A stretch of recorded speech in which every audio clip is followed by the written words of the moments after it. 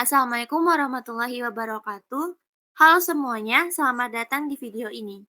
Karena kemarin kami sudah membahas terkait BPMN dan juga rekrutmennya, hari ini kami akan membahas bagaimana supplier management system di Samsung dirancang untuk menggunakan Jackman Framework dan juga BPMN untuk mengelola pemasok dengan lebih efektif.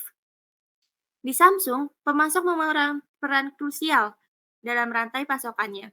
Oleh karena itu, perusahaan membutuhkan sistem yang dapat memastikan pemasok memenuhi standar kualitas dan kepatuhan yang telah ditetapkan.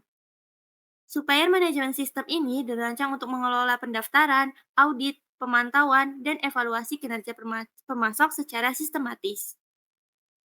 Untuk memahami bagaimana sistem ini bekerja, kita akan menggunakan Zekman Framework yang membantu dalam perancangan sistem berdasarkan berbagai perspektif, serta BPMN yang menggambarkan alur proses bisnis secara virtual. Selanjutnya, Kemudian, di sini saya akan menjelaskan tentang penerapan Zman Framework dalam supplier management system. Zman Framework sendiri memiliki 6 perspektif utama yang digunakan untuk memahami struktur sistem. Yang pertama yaitu ada what yang meliputi data, yaitu data utama dalam Samsung Management System meliputi informasi pemasok, dokumen administratif, hasil audit, hasil evaluasi self-assessment, serta data risiko operasional dan kepatuhan ESG. Kemudian, ada sistem ini juga harus menyimpan dan memproses data dengan aman untuk memastikan kepatuhan terhadap kebijakan keamanan informasi Samsung. Yang kedua yaitu terdapat how yang meliputi function. Yang pertama, sistem Samsung Management System memiliki berbagai fitur utama, termasuk pendaftaran pemasok secara online atau FR01, verifikasi dokumen atau FR02, manajemen audit atau FR03, evaluasi self-assessment atau FR04, manajemen risiko operasional pemasok atau FR05, compliance ESG dan verifikasi FR06, serta finalisasi dan monitoring supplier FR07. Yang kedua yaitu semua proses ini dijalankan secara otomatis melalui sistem untuk meningkatkan efisiensi operasional. Yang ketiga yaitu terdapat where, di mana meliputi network, yaitu SMS atau Samsung Management System berbasis cloud computing memungkinkan aksesibilitas dari berbagai lokasi dan perangkat. Sistem ini juga terintegrasi dengan struktur IT Samsung untuk memastikan sinkronisasi data yang akurat dan aman. Selanjutnya yang keempat yaitu ada who yang meliputi people, yaitu ada beberapa aktor utama yang terlibat dalam sistem ini. Yang pertama yaitu ada supplier, di mana pihak yang mengajukan pendaftaran dan melakukan self-assessment. Yang kedua yaitu terdapat procurement team, yang bertanggung jawab atas verifikasi dokumen dan evaluasi akhir pemasok. Yang ketiga terdapat audit team, yang melakukan inspeksi lapangan dan menilai kepatuhan pemasok terhadap standar Samsung. Dan yang terakhir terdapat sistem administrator, yang bertugas untuk mengelola hak akses dan keamanan data dalam sistem. Yang kelima yaitu ada when yang meliputi time. Yang pertama yaitu proses dalam Samsung Management System ini memiliki batas waktu yang ditentukan, seperti verifikasi dokumen pemasok yang harus diselesaikan dalam 2 kali 24 jam atau C02. Dan setelah itu evaluasi berkala terhadap pemasok juga dilakukan untuk memastikan mereka tetap memenuhi standar yang telah ditetapkan. Kemudian yang terakhir yaitu why yang meliputi motivation, yaitu supplier management system ini bertujuan untuk meningkatkan kualitas pemasok, meminimalkan risiko operasional, serta memastikan kepatuhan terhadap regulasi ESG, yaitu environmental, sosial, dan governance. Dengan sistem ini, Samsung dapat mengelola pemasok secara lebih transparan dan efektif, sekaligus memastikan keberlanjutan rantai pasokan. Kemudian, selanjutnya,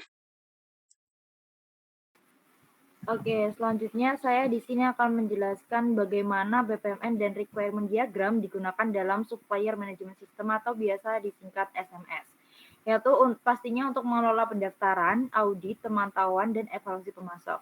Nah, sistem ini dirancang untuk memastikan pemasok memenuhi standar Samsung serta mematuhi regulasi ESG, environmental, sosial, dan governance guna meningkatkan kualitas dan mengelola risiko operasional. Selanjutnya di sini BPMN dalam supply management system itu menggambarkan alur kerja utama dalam sistem ini.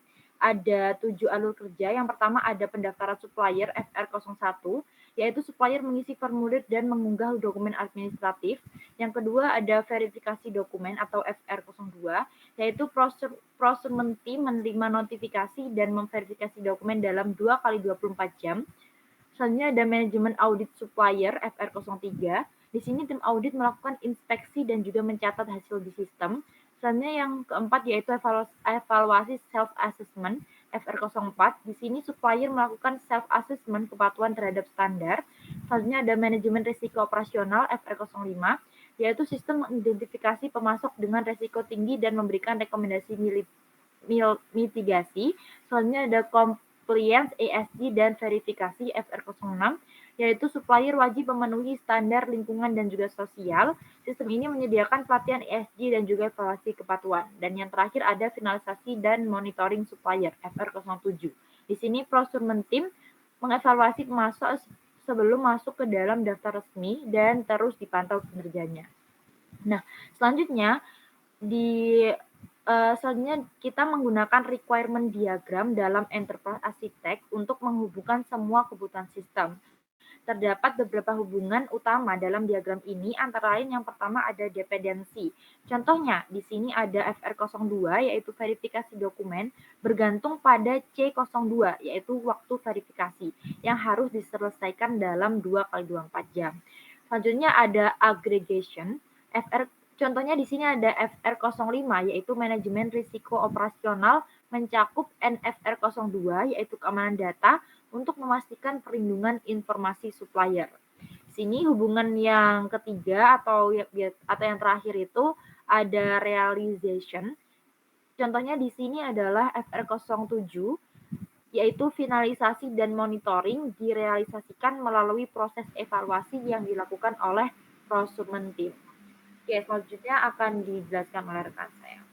Baik, dengan menggabungkan Zachman Framework dan BPMN, kita dapat memastikan bahwa supplier management system di Samsung dirancang dengan baik dan mencakup semua kebutuhan bisnis serta teknis.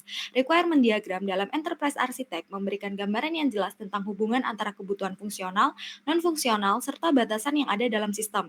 Dengan demikian, semua aspek sistem dapat dikembangkan secara sistematis. Kesimpulannya, supplier management system ini memberikan manfaat utama bagi Samsung, diantaranya yaitu yang pertama meningkatkan efisiensi dalam pendaftaran, audit, dan evaluasi pemasok. Yang kedua, memastikan pemasok memenuhi standar kualitas dan kepatuhan terhadap ESG. Yang ketiga, meminimalkan risiko operasional dengan sistem manajemen yang terstruktur. Dan yang terakhir adalah meningkatkan transparansi dan efektivitas dalam pengelolaan pemasok. Dengan pendekatan ini, Samsung dapat mengelola pemasok secara lebih efektif, memastikan kepatuhan terhadap standar yang ketat, dan mendukung tujuan keberlanjutan perusahaan. Sekian video kali ini, terima kasih telah menyaksikan.